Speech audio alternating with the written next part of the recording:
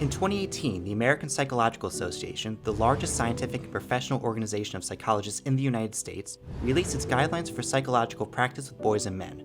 The document opens by claiming socialization for conforming to traditional masculinity, defined in part as stoicism and competitiveness, limits male psychological development, constrains their behavior, results in gender role strain and gender role conflict, and negatively influences mental health.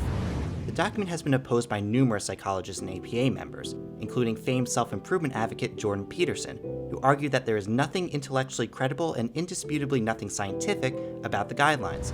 Its claims that masculine socialization leads to aggression and violence is directly contradicted by the fact that the absence of a father is a major cause of violence in young men. Sadly, advocating far-left views is nothing new for the American Psychological Association. The habit goes almost back to its founding. In 1899, the APA elected John Dewey as president. A self-described democratic socialist, Dewey opposed the Enlightenment understanding of individual rights that our founders followed in writing the U.S. Constitution. In 1937, a communist group called the Psychologists League marched for more jobs in a May 1st May Day parade.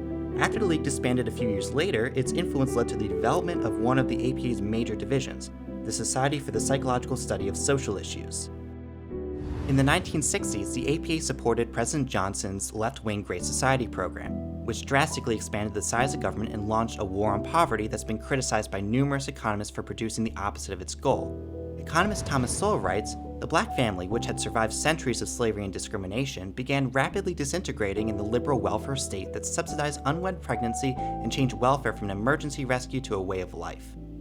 The APA is active in the courts too, weighing in on cases far outside its expertise, including advocating for affirmative action, opposing the reopening of the nuclear reactor at 3 Mile Island, and supporting efforts to force a baker to bake a cake for a same-sex wedding. Despite the APA's place as a fixture of the American mental health landscape and a national accrediting agency, its left-wing activism is extensive. In 2016, the APA's third largest group of expenditures was spent on social justice education and public policy. Criticizing this activism isn't a criticism of psychological science. Precisely because psychological science and treating mental illnesses are so important, we shouldn't allow the APA to corrupt the field with unscientific, politically loaded views. The APA is the leading voice in mental health and needs to be held accountable for fulfilling its role responsibly. I'm Harry Kasanoff. If you like this video, please help us share and subscribe to our channel. Thanks for watching.